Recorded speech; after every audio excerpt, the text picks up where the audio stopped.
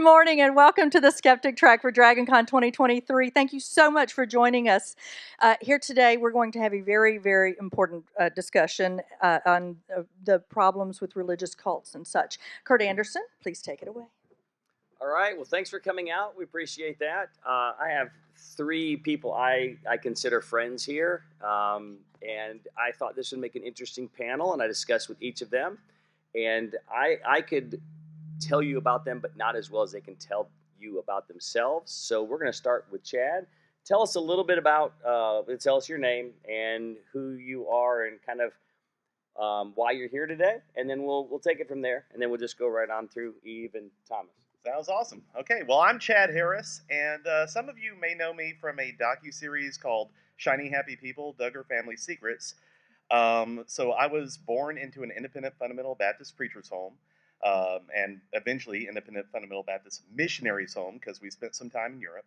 Somewhere along the way, we joined up with a little group called the Institute in Basic Life Principles, or IBLP, which is the same cult, and I will use the term cult, that the Duggars of 19 Kids and Counting were in. It was not a great experience. There was a lot of abuse on many levels. Unfortunately, that was kind of systemic throughout the entire cult. So I eventually got out of it, and I've been spending the last few years telling people about it on TikTok and also on the docuseries. Hi, I'm Eve. I'm a content creator on TikTok and Instagram. That's how Chad and I know each other.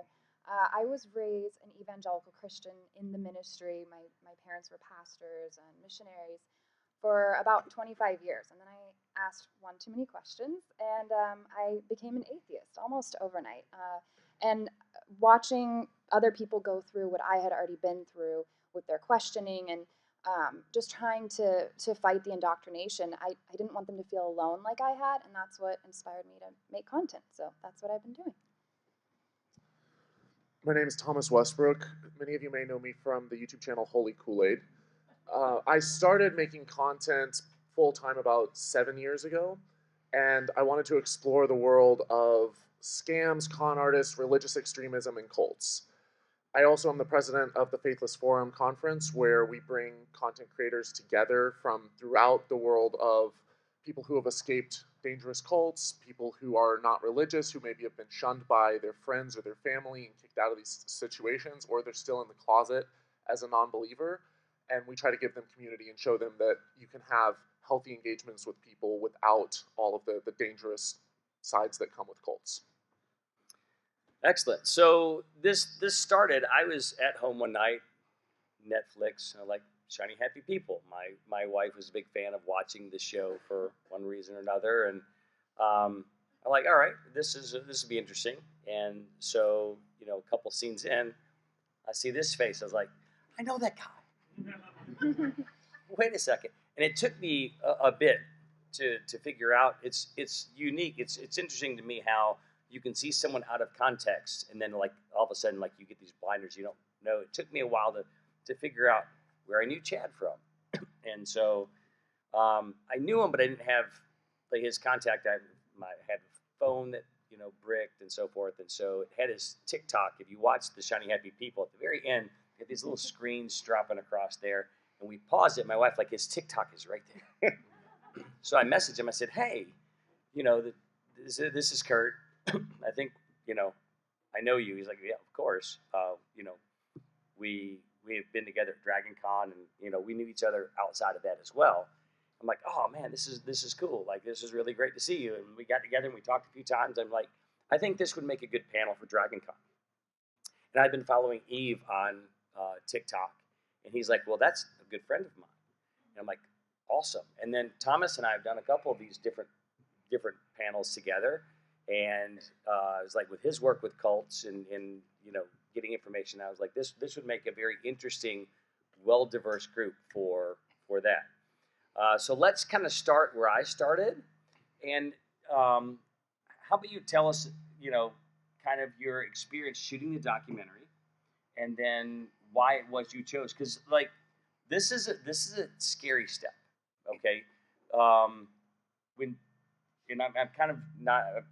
Maybe I don't want to speak for you too much, but I know that to realize this is going to be public, and there's no taking this back, right? And there's a stigma behind walking away from a religion, and there's ties for people with family, and there's a stigma to being non-religious, and there's a stigma to saying you're atheist, right? And so you have to realize like you're putting yourself out and being vulnerable here. Yeah. So let's hear about it from that standpoint, and not to just sensationalize just that one thing, because very few of us will ever be offered a chance to be in a documentary.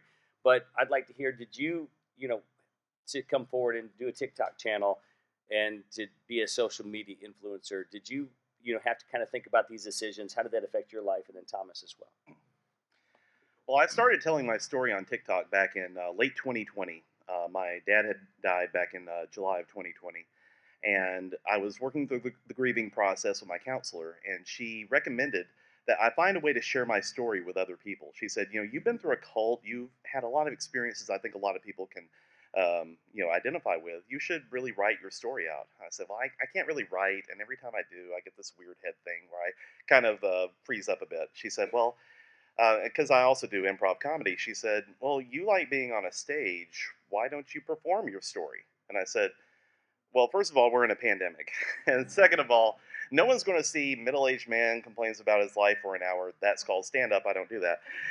So she said, well, I'm sure you could figure out a way. And I thought, well, there is this app, which back then limited you to 60 seconds. So I said, at least I won't rabbit trail off, into something else. So I cut my story down to 1-minute segments, and I just started sharing it, more of a addition to therapy.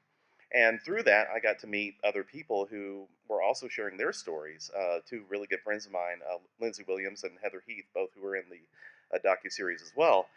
And at some point, I got word through one of the channels that we had established for, not me personally, but that had been established for survivors, that there were some people looking to do a docuseries on people who have survived IBLP.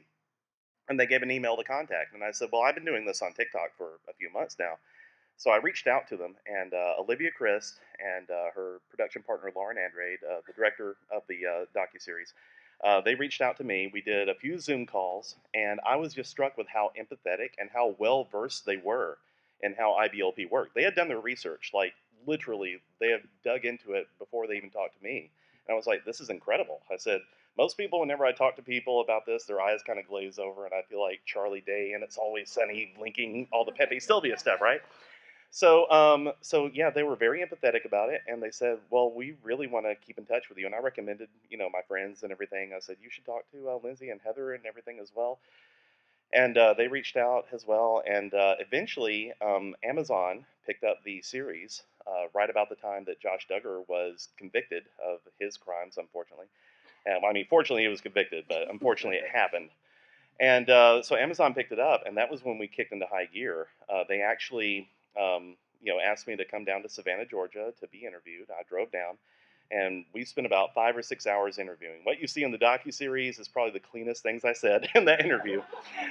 But yes, it was a great experience, and I felt very fortunate to have been asked to share my part of the story in that regard. We also filmed a little bit of B-roll in December. Lindsay, Heather, and I all filmed together. There's about 4 seconds, if you blink and you miss it, in the second episode of that. But of us together. But yeah, it was an amazing experience. They were very empathetic throughout, and they really treated our stories with respect and followed up on a lot of questions so that they could understand just how this really intricate, bizarre cult worked. Because there were so many facets, they were constantly coming back to us saying, hey, we found this thing. Do y'all know anything about it? And we're like, oh, yeah, that was so-and-so. So they really involved us, and I felt it was a real privilege to work with the creatives behind it. So yeah. For me, I actually meant to stay anonymous. That was what I was trying to do. My dad is. You do know this is a public forum, Yeah, right? Okay. Right. That ship has sailed, and I've accepted that. But my dad, especially at the time, this was like 2020, 2021, beginning of 2021. He was like kind of considered a Trump prophet. He's a well-known evangelical minister, and his stuff was getting really popular.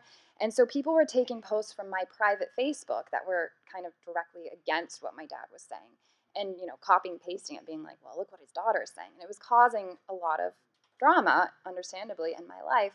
And I was just feeling really conflicted about that. And A lot of the indoctrination of don't dishonor your family and stuff. So I was like, I'll just go over to Instagram and TikTok, because I don't think my dad even knows what that is, and I'll post there anonymously. I just wanted to vent my story and my opinions and my journey out of evangelicalism. And I thought that I would stay, maybe a few hundred people, and we could all connect and meet up, and that would be great, and I'd have community. And then stuff went viral, and it really resonated with people. I don't think as many people were talking about the things that I was talking about that I thought would be.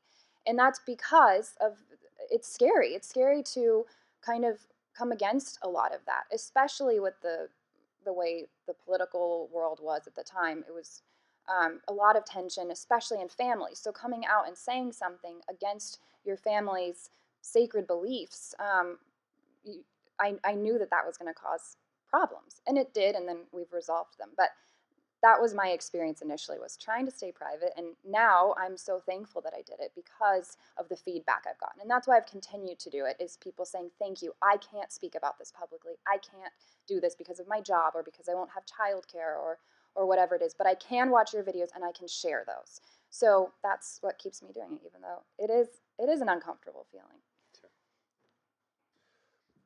For me, I got into it in a very similar way to how Eve Was Framed did, where it was initially therapy. It was a way to deconstruct. It was a way to take my thoughts and put them in a video form, because I've never been really good at journaling, but I've always, had fun with video editing.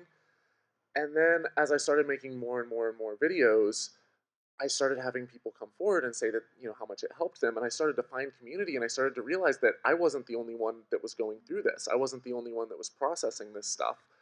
And when I joined, it was an interesting time in the sphere of, quote, atheist YouTube content or non-religious YouTube content, people like deconstructing their religious background, because there was a bit of a void where there wasn't a lot of content creators around that time. There had kind of been some in up until about 2012, and then people were like, oh, hey, Obama's president, and it seems like maybe we're moving in a direction that's not quite as ultra religious. And then 2016 happened, and all of that changed when you started seeing these evangelical advisory committees for the president of the United States that are literally speaking in tongues and praying these commands over the president's life. And there's this kind of intermingling between religion and politics in a country that says it has separation of church and state. And so naturally, a lot more people started being vocal about that, including myself. But I still didn't want to be too open, because my family is incredibly religious, and I wasn't out to them at first. My parents were missionaries overseas. I grew up on the mission field in a former Soviet Muslim country. And for years, I didn't even want to say what country it was, because I didn't want them to get outed. I didn't want it to affect their safety or even just their visa status. Because then, I was still on quote-unquote good terms with my parents, and I didn't want the things that I said online to negatively impact their life. Fortunately, now they've retired and moved back to the States, so I'm a lot more free to talk about about that stuff.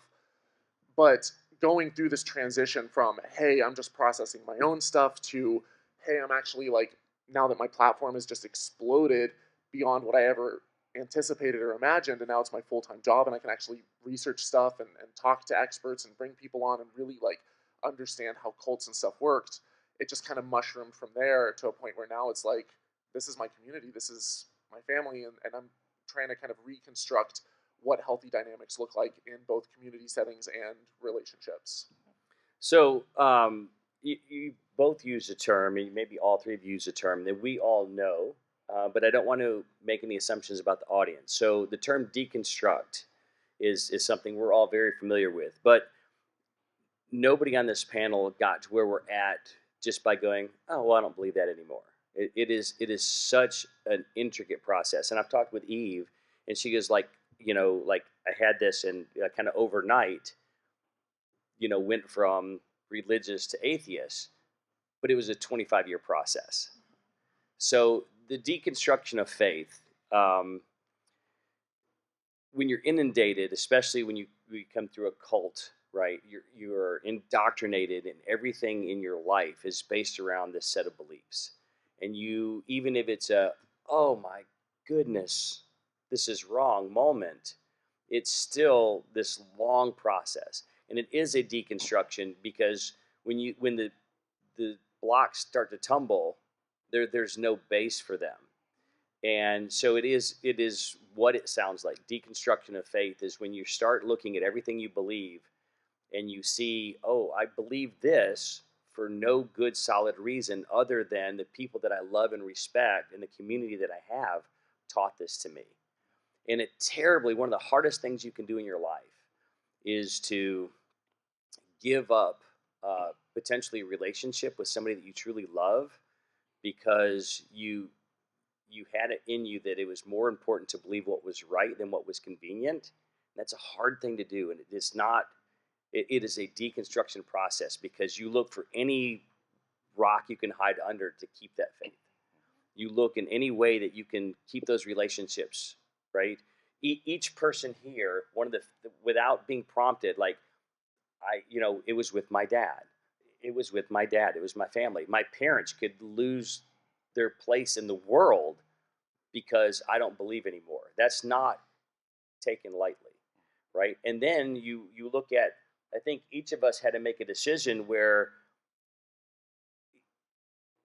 our consequence, if we're wrong in our mind, is we're going to hell forever. Like, you don't make that decision lightly, right? Like, oh, well, I'm just going to not believe. No, that's not how that works. It is a deconstruction process. You take each area of your life, and when one of those blocks fall, then you're like, well, wait a second. If the deity I believed in doesn't make sense and there's no proof, and then this has been used to control the way that I think, what about people of other religions and people that we were taught to hate their sin, love the sinner but hate their sin, right? Is it okay to have gay friends? Is it okay to explore sexuality? Is it okay to be a Democrat? Like all of these things are like horrific consequences. And when you step outside of that, you find out the world is a beautiful, wonderful place that should be celebrated. And it's not tied to a deity. It's not tied to this set of beliefs. And you can't give that all up at once. It is a deconstruction process. So I just want to kind of clarify that, because some of you may not be familiar with that. And like, we could do this panel for 12 hours, easy. Thomas can talk for 45 minutes. And I can talk longer than Thomas. But the sense of community, like, we all know each other to some degree. And I would, now, there's a story that I've been waiting to hear. I want to hear how you and Eve met. And then I think what we'll do from there is I think, even though we're just not very long into this, I think maybe the best way we can serve you guys is to open it up for questions. And then there's just not questions. We can talk some more. But some of these things are going to be like very natural to some of you. Some of you, this is going to be very new. And there's going to be a lot of questions. We'll try to answer those thoroughly, but, speak plainly. So how did you guys meet? You should, yeah. All right. Oh, and then I got one more Chad story I want him to tell. Sure. So Eve and I actually met on TikTok. I believe about 100,000 followers ago. We actually did our first live together. At least for me. Yeah, we did a live on TikTok together, and you were just amazing. It was great, doing a live with you and everything. And I remember we had talked about, since we live so close, I'm in Birmingham. I was like, hey, we should hang out sometime when the world's not on fire.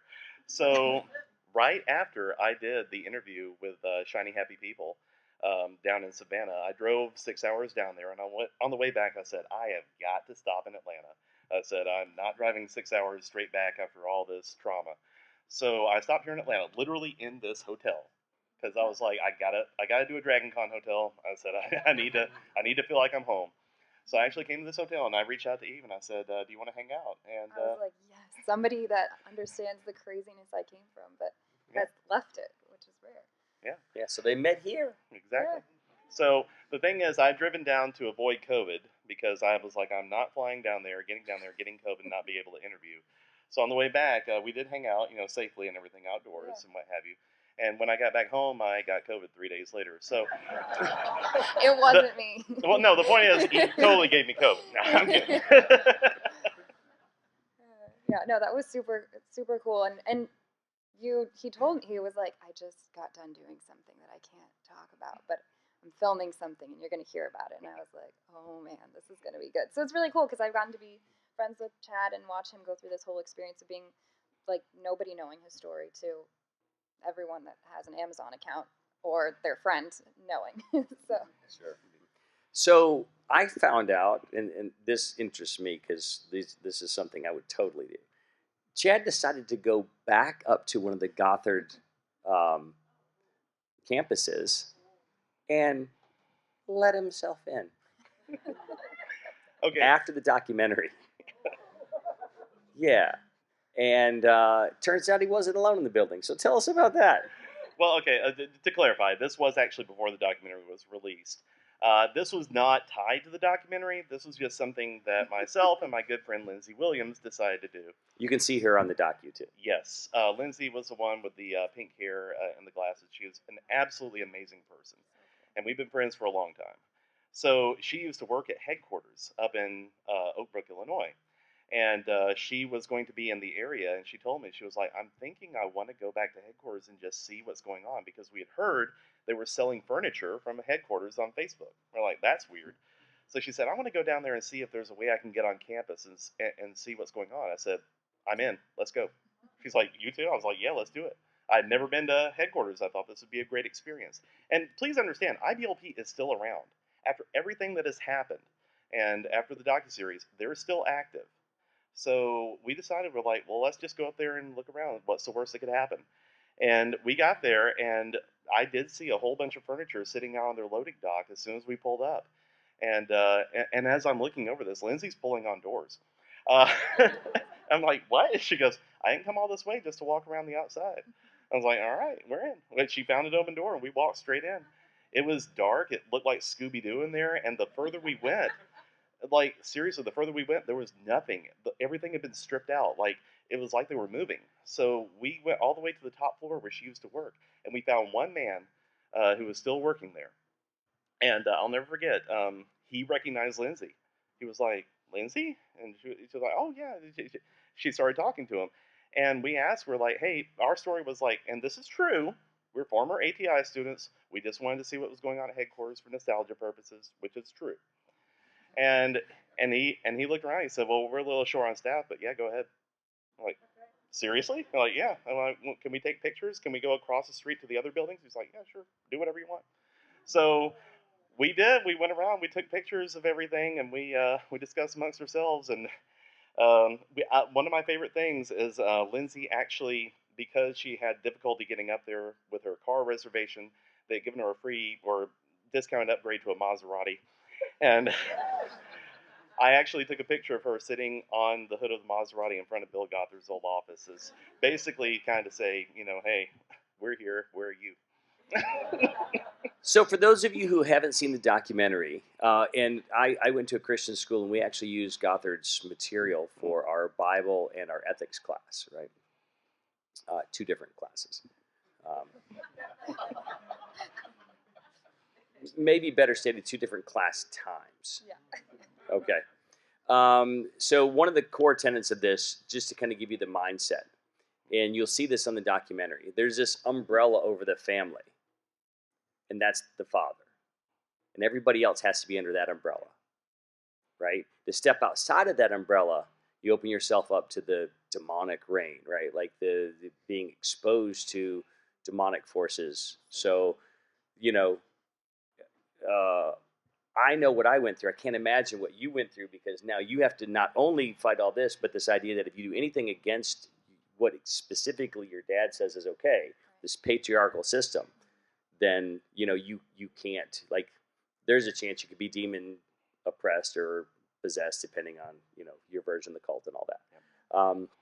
And so just that mindset alone.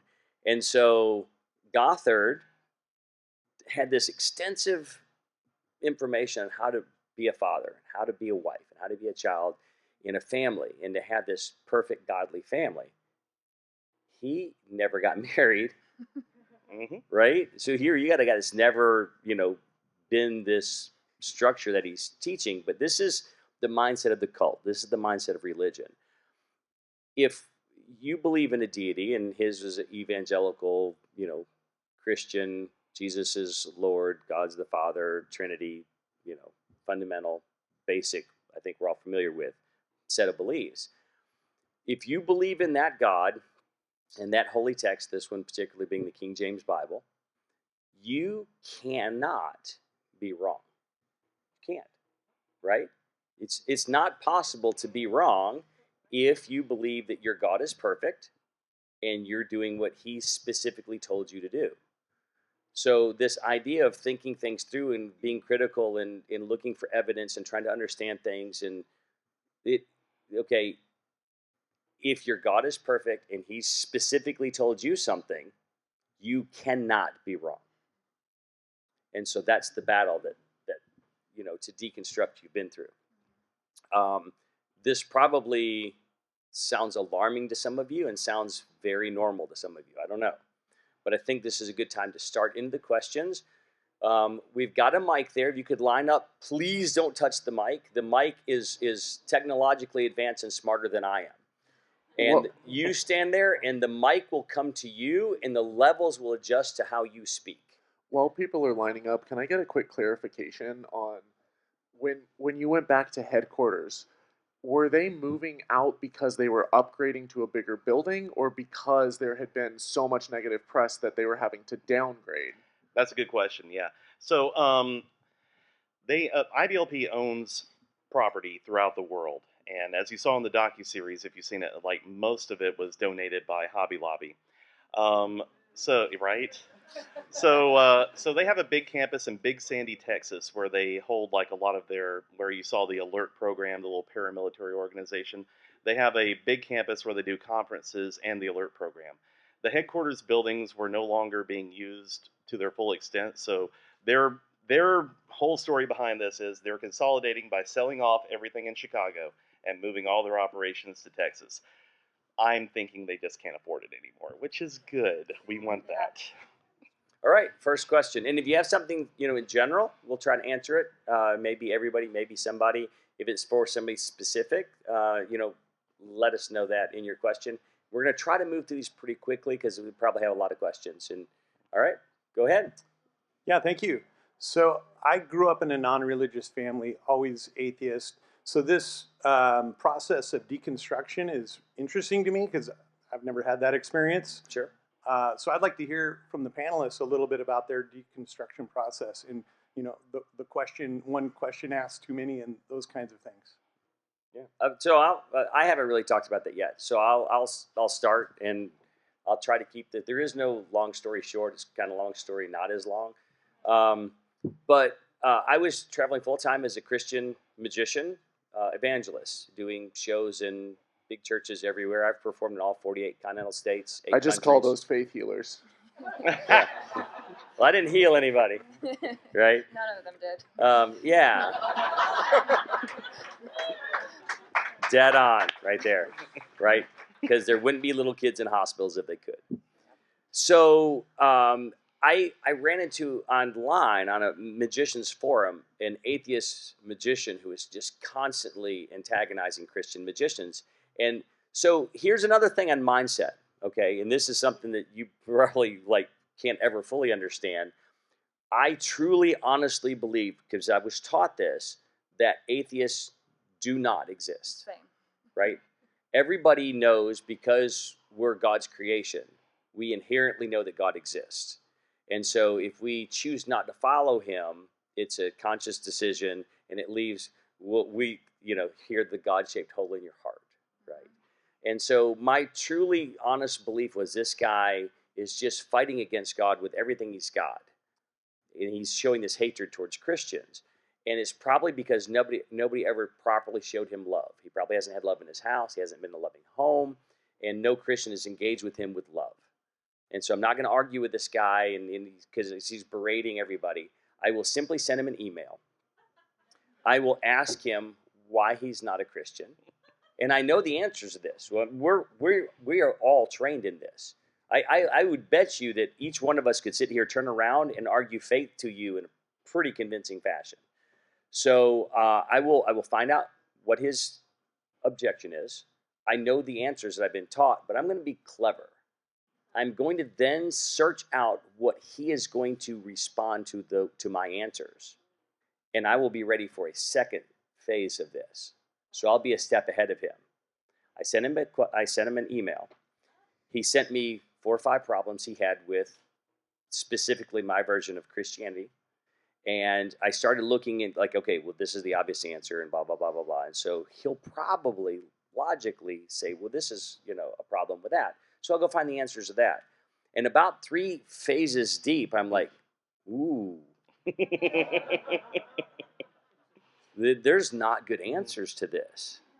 There's nice, convenient surface answers, right? And there's answers that gel with the Bible. But one of his things was you can't use the Bible as evidence for itself or for its deity. And and my thought was, because really what I wanted to get to was the truth. If I can bring this guy to the truth will set you free. The truth is the truth regardless if we believe it or not. And you can ask Christians, Muslims, atheists, anybody, and everybody will agree on that, pretty much, right? The truth is the truth. There are some people who believe there is no truth. That's a whole different conversation. But in trying to find the truth to bring him to it, I came up with more and more problems, and these became bigger issues. For my deconversion process was 10 years. And I never sent the guy another email. We never had that conversation. This hole got bigger and bigger, and it was, I loved my mother dearly. My mother passed away from cancer in 2002, and it was an easier process to deal with than losing my faith. And that's how deep this runs. And so for me, it was just like, I'm set out to potentially save the eternity of this one misguided, what I thought unloved soul. And I went, I've just had this track to see through my whole life. And when you open it up and you start to look at the evidence and the lack of evidence and the reality of how things go. And I remember for me that the straw that kind of broke the camel's back, so to speak. I had been through like checking every different type of religion. I think the most dangerous point for me in this process was I got to a point where I really believed that God existed, but all religions were wrong, that our world was so corrupt, almost like the days of Noah, that nobody had this right any longer. And so I literally prayed for, I think it was 7 days in a row. God, I will do whatever you tell me. You just show me what's the truth. You show me that I'm yours. And whatever you tell me to do from that point forward, I'll do. If we've got this all wrong, if it means starting a new religion or whatever, I'll do that. That is dangerous, because if God said go bomb clinics, I probably would have, right? Now, I have a rational enough mind that wouldn't take place, because there is no God telling me to do those things. But that's a dangerous place to be, right? But I got to that point, and then I thought, well, what I'll do is, if God doesn't exist, it was so hard to kind of imagine trying to put myself in that spot. So I told my wife, and my wife stood by me through this whole thing. And I'm really fortunate, because a lot of people in ministry, family does not support them, right? And especially their spouse. Like that's key. And I said, you know what? I think for 7 days, I'm going to try to live as if God doesn't exist. That's I'm going to start tomorrow. I woke up and went, oh shit, everything makes sense. It was so enlightening and scary at the same time. I'm like, people that believe all different faiths, like there's people that are atheists that have cancer and wake up and they're healed, right? Like kids get sick, the randomness affects everybody in the world the same. And it's just, again, I could go on and on, but that was for me. Does anybody else want to field the same question? It was 2016. I was leading worship at Bethel's Supernatural School of Ministry, which, if you don't know what that is, it's as weird as it sounds. And they were almost literally holding worship services for Donald Trump. And the problem with this for me at the time was not even politics, it's just his character was so opposite of everything I had been taught to value. And so I thought, okay, these people just don't follow Christianity anymore. I'm going to really be a good Christian. I'm going to deep dive into the Bible, and I'm going to learn everything I can, and I'm going to try to help get them back on track too, and I'm going to get closer to God than ever. And long story short, through studying the Bible a lot and then having to study history a lot and then suddenly getting interested in science, I realized, if I'm being honest, I don't have a good reason to believe any of this. And then it kind of came down to a moment where I was like, God, are you there? If there's anybody there, say something now or forever hold your peace. There was nobody on the other line. And so I said, okay, I'm going to be honest. And I packed one suitcase and I got a one-way flight to the other side of the country and I left and I never went back, and then I just kind of continued further down that journey. But there were questions that had come up my entire life leading up to that. I mean, I remember being 4 years old and being like, eternity? Like, explain to me how we're going to be in a worship service for eternity. Like, I can't sit through a church service, so I'm not understanding how this is going to happen. There was questions my whole life, and it's just they all reached a point where I finally decided that I cared to find the answer. And then it went from there. Yeah, I don't want to take too long because I know we have a lot more questions, but for me it was a similar process where reading the Bible actually was one of the big things that caused me to stop believing in the Bible, but not just reading it for the very first time in my early 20s from a standpoint of truth withstands scrutiny. If something is true, no matter how much we scrutinize it, it'll be true. And as long as I'm, coming with an open heart and an open mind, and this is something I already believe in, I'm already a Christian, I'm already baptized, I'm praying that the Holy Spirit will guide me through this book, but I'm also doing it from a perspective of I'm not going to look the other way if I see problems. And so I'm taking notes, and I've memorized huge sections of Scripture throughout the Bible, so as I'm going through and reading it cover to cover for the first time with a skeptical mind, I'm seeing discrepancies that I had somehow overlooked before, and I'm seeing problems. And so as I was going through that process, I didn't even make it to the end of the first 5 books before I was at a point where it was all starting to crumble. And I had bigger and bigger questions. How could an all-loving God create an eternal punishment, an eternal torture for a finite crime? How can you possibly call original sin justice when the inheritance of sin is like the most unjust system you can imagine? Punishment for the crimes of our forefathers. And so as I'm going through this stuff and working through it, it wasn't just that, I wanted to live a life of sin or that I was angry at God or something like that. I really didn't want to leave my faith. But I don't think that you can choose what you believe. I think sooner or later you reach a point where, if you put a gun to my head and tell me that I have to believe that, this water bottle is actually a Ferrari, I can lie to you. I can tell you I believe it so that I don't get shot. But deep down inside, I know that this isn't a Ferrari.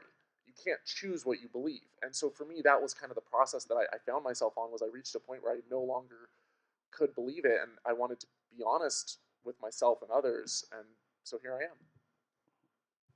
Just very quickly, when I first left, deconstruction wasn't a term.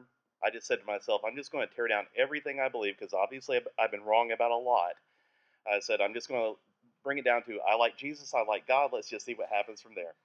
And like you said, 2016 happened, and I kept trying to find, my church home and Christianity and everything, but everyone was either scared to call IBLP a cult or just kind of felt like they were doing the same thing but in a different way, some of the tactics I saw. So eventually I just sort of backed out of church entirely, and I started researching other religions, even atheism, and it got to the point where I just said, if there is a deity out there that does want a personal relationship with me, why can't I just speak to that deity? So I actually went to a park in Birmingham and I said, okay, I'm here, let's talk. 30 minutes later, no response. I said, cool, I'll take that as the answer. And that's my standard for belief from there, yeah. Short clarification. When you say you checked other religions and atheism, do you view atheism as a religion? No, Okay, not at all. all right. Yeah. I want To be fair, right. to be clear. Yeah. So atheism is to haircuts as baldness is to, or atheism is to religion as baldness is to a haircut, right? Like your hairstyle, yeah. right? So it's lack of. Yeah, and that I think we all kind of got to a point where like God's the heavenly Father, right? Imagine and look at this analogy, this relationship, and again under the Bill Gothard's model, right? The Father is a representation of God, and so to me, I did the same thing. I'm like, just tell me, just show me that I don't care if you, God, tell me that everything I've ever done is wrong and that I am destined for a miserable eternity because I've screwed this up or whatever. Just tell me that I'm your child and what you want, and I'll do whatever. And no answer is I could not imagine if my son came home from school and said, hey, kids at school said that I was adopted. I went, okay, I'm not talking to you anymore. You're questioning I'm your dad. We're done.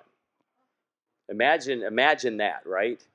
This was the deity that I worshipped, and I couldn't. Next question. Hi, I have a quick comment and then a question. So I'm a mental health therapist, and one of my areas of practice is spiritual and religious trauma. And I can't tell you how often I hear your names in my sessions.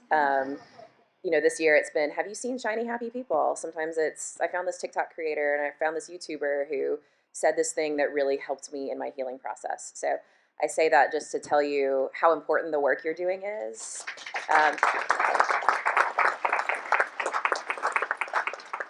And just that your stories matter and that your courage matters. So thank you for that. In my line of work, I certainly have noticed in the last 5 or 6 years, just boom of interest in the type of content that you all create, anti-fundamentalist, anti-cult content. I know how I would answer this question from my line of work. I'm curious about your thoughts of why so interesting all of a sudden. Is it a response to the political climate of the last few years? Is it the presence of social media? Why do you think this room is full today? And people are so interested in the type of content that you create? I think you hit it, and that is a great question. I think you hit it on the head. I think people are now seeing what I saw and what I lived through back in the 90s start to come full fruit manifest. I love what Kristen Dumais said in Shiny Happy People. They're playing the long game. Things like IBLP have been fermenting for years and years. And what I saw in 2016 with the rise of the alt-right and Christian nationalism, I was like, this is what I was raised with. This is not good. I thought very naively that when I first got out that I could just forget it ever happened and move on with my life. But then when I saw it come to the national scene, I was like, somebody's got to say something about this because this is pretty much what I grew up in. So yeah, I think that has a lot to do with it personally. I think it's popular because we're saying what other people are thinking and wishing that someone was saying. Yeah, sense of community online, even if you'd never come forward, is powerful. All right. Sorry about that. I guess a little bit of commentary, and I do have a question. My commentary is I understand getting out of that particular situation because at the time I was around 17 or 18. A friend of mine who was actually LDS, I met playing D&D, and I actually got into the LDS faith because he went through cystic fibrosis. He died. I was going through a lot in my life. And after about a year or so, I started seeing these things that were being said. And I'm like, wait a minute, you want me to uplift my life, go be a missionary, whatever. And, at least I had the mental cognizance to realize that everything that they were saying was just a bunch of BS, and I got out of it. So I guess what my question being is that because I was not indoctrinated from birth in that family, I mean, my family was like quasi religious. How many people do you see being affected, like, Joe Schmo off the street, being incorporated into these cults and religions compared to people that are indoctrinated? Oh, it's from Savannah too, by the way. I think it's I'm shocked all the time actually at how many people weren't indoctrinated into it like I was.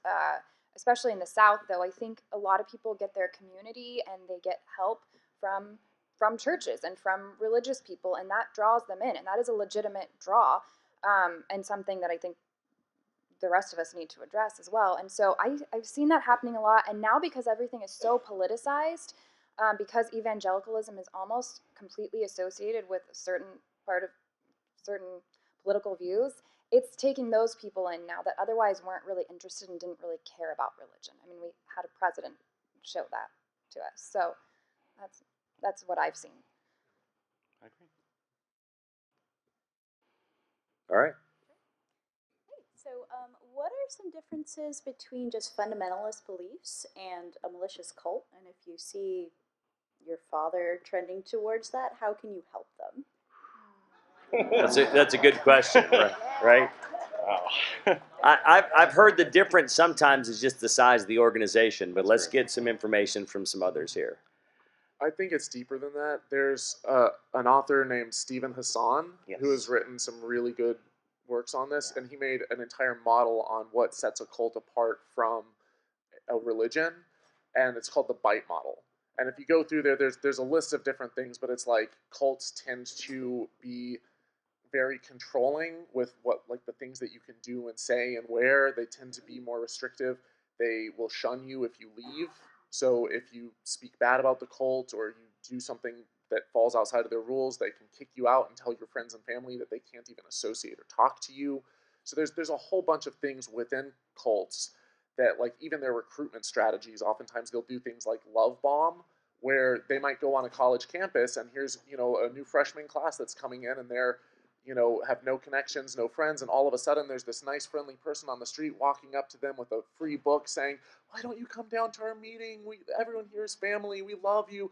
And they're, like, unnaturally nice, even though they've never met you before. They're, like, over the top nice. And there's stuff like that that tends to kind of set cults apart from religion, but there also can be a lot of overlap too. And typically, don't they have a single charismatic leader present, right? Yeah. And also, one other thing very quickly, if the organization themselves wants to really define the term cult to mean anything but what they are, that's also kind of a red flag, because that's exactly what IBLP did for us. If I were to see a family member who is trending toward that, more likely than not, they're at a place in life where they have a lot of questions or they need some kind of connection and everything.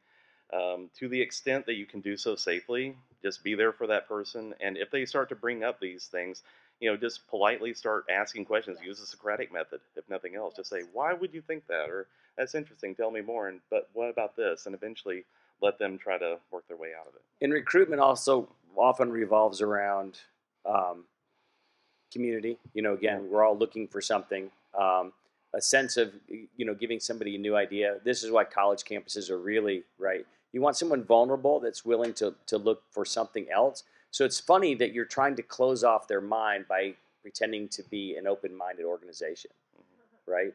You're looking for somebody with an open mind that you can then direct to where you want it. This is a sense of social influence I'm studying also. So yeah, a great question. Next.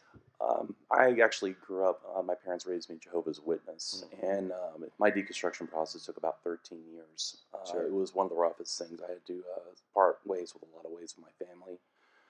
Some of them I have reconnected with over time, but most of them, they're gone.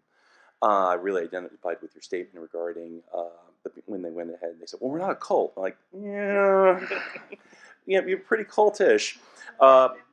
My process of breaking free of it was one of the final things that pushed me towards it was when the organization was trying to cover up for the multitude of real-world crimes that were being committed by that. That's what kind of pushed me away from it. And I wanted you guys, if you could take a moment, just talk about how these very controlling religions, how these cults go about trying to explain away, well, this person did this crime. This person got molested. This member of your church stole, hundreds of $1,000s from your business. But you don't want to, bring reproach on the church. You could talk about a minute how they try to explain away these like terrible actions to make sure they don't bring defamation toward the organization. If you could take a moment for that. Yeah, so when a lot of the things started coming out about Bill Gothard, which if you haven't seen the series, Bill Gothard was accused very validly of, sexual harassment for a lot of his workers. And when I approached my dad about it, his words were pretty much that, like, well, first of all, no one could ever really know the truth about that, and Gothard's a great man, so he could never, red flag. And also, even if so, we can't talk about it because it could hurt the ministry. Understand, my dad was an independent fundamental Baptist preacher. He had no problem calling out everyone else's sins outside of his friend group from the pulpit. So I asked him very pointedly, I'm like, why would you do that? Why would you draw the line at the people who specifically believe like you? And at one point, I did get him to tell me, well, it wasn't my place to do so. And I'm like, you're a preacher. Whose place was it? So the bottom line is, they will do, when it comes to a cult that wants to protect itself, watch what you're not allowed to talk about or even consider. Because, the things that they try to make not conversationable, or, the things that they try to make silent to where it goes away if we don't talk about it, even if the entire rest of the world is looking in and seeing this thing happening, as long as they feel comfortable in their own beliefs that it's not a problem, they will do anything to preserve that illusion. Also, I want to kind of point out something that is kind of underlying in some of this as you meet people. People that fall for a cult, or people that are strong in their faith or religion, I do not believe that it is tied to your intelligence. Don't think this people are stupid, okay? Some of the smartest people I know, some of the most intelligent people I know are highly religious. And I don't know of a study on this. This is not scientific. This is purely my speculation on this part. I think that there is a psychological self-protection mechanism. We desire community, and we're tribal by nature. And I think some people cannot, even though they are capable cognitively of giving up a false belief, or being a part of a cult, but I think that psychologically and emotionally they're not capable of that. And it's really difficult if you're smart enough to be able to come up with enough mental gymnastics to defend your beliefs. The smarter you are, the more difficult that process can be sometimes. So I really do think it's a sense of community, it's a sense of emotional support, it's a psychological. It's some people I just don't think are capable of going, okay, everything I believed is wrong, and I have to own up to that. That's a lot. To tell your family, to tell your kids that everything I taught you was wrong, I just don't think some people are emotionally or psychologically capable of that. Now, that's not scientific, that's like the Curtism. Well, All right. but on top of that, real quick, there's a component of the longer you've been in a religion or a cult, and the more you've invested in it, the more difficult it can be to get out of, because psychologically you think, oh, I've spent all this time and all this money, and this is my entire life, I can't leave it now. And even though that's a sunk cost fallacy, it's like throwing good money after bad at a casino instead of just walking away and accepting the loss. The longer that you've been in it, the harder the identity crisis is going to hit. And so that is something that keeps a lot of people in it, even if otherwise they see the problems and they see the failures in reasoning. They'll still stay in it to avoid the identity crisis and to avoid the frustration, and they'll put up with a lot of cognitive dissonance to do so. Well, and you're taught, we don't blame people for being sinful. We should expect that of them. We should expect that corruption is going to happen, even in church. We can't question God, though, because God is always good. And so that's how they get you. You expect original sin. Like, right.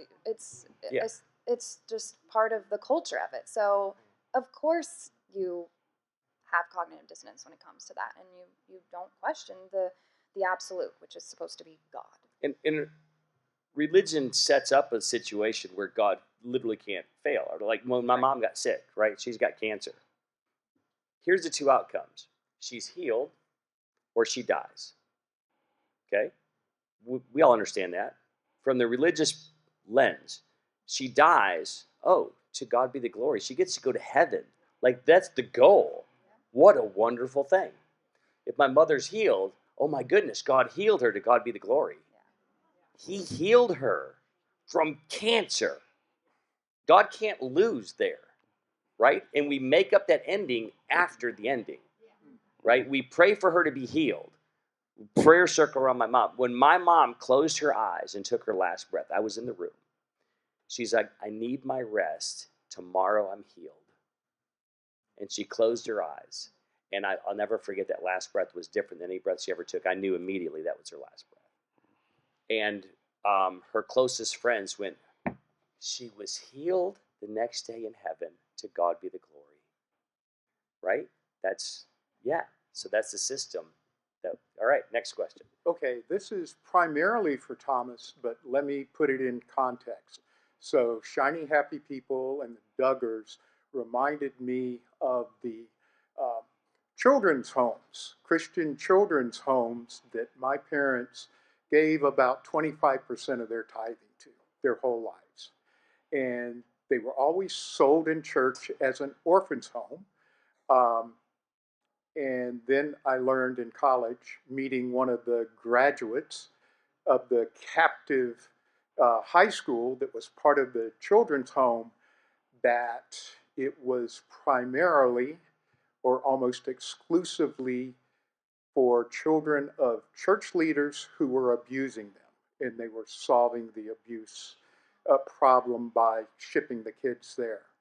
The other one was basically a forced birth home where they would send teenage pregnant mothers. Never could convince my mother, these aren't orphans' homes. These are not orphans. This is a whole different thing. So the question for Thomas is, since you look into religious scams, have you looked into this area in any depth? Not specifically those kind of children's homes, but one thing that I've seen that's similar is there are televangelists and faith healers who will, as a part of their promotional materials, their magazines, their televangelism, will promote things like, oh, hey, we invest in this orphanage in Haiti. And maybe they on one occasion, sent a few $1,000s over there and then raked in $5 million. And where the rest of that money goes is anyone's guess. But then when these different TV crews will follow up with the orphanages and ask them, like, are you actually associated with this church? Do they actually support, the orphanages? The answer almost always is no.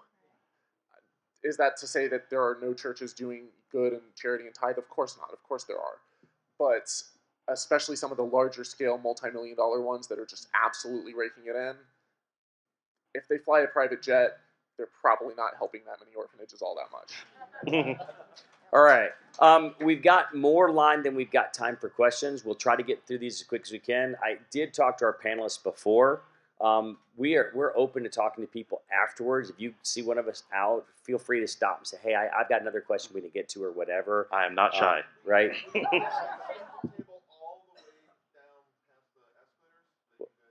Cool. What's that? We can go to the skeptic table. The left escalators? All right. On this floor. Okay, so we're going to probably head out there after this and kind of open forum, maybe talk a little more. All right? But we got a minute and a half. We'll get 1-2 questions in more. So go. Hi. I was homeschooled by very conservative evangelicals, and while we were sheltered from the evils of the secular world, we were also sheltered from defects, and there was no one checking on us and absolutely no structure to report kids who weren't getting food, who were being abused, who were being mistreated, or didn't have basic needs met. I was curious, for those who are homeschooled, after deconstruction, how has your perspective on homeschooling changed, and what changes would you like to see at both the societal and the governmental level to change how homeschooling is done today? I homeschooled, yeah. We homeschooled our kids. We were on the road at ministry. Our kids grew up sleeping in the back of a Suburban as we were going from church to church doing shows. And I had a red flag with the homeschool thing for the start with, because I went to the state of Alabama. I went to the state and I'm like, what are the regulations? They said, well, you must turn in a card that says how many hours they took each year and what their grades were. And I'm like, all right, so what curriculum? I'm like, no, you can, whatever curriculum.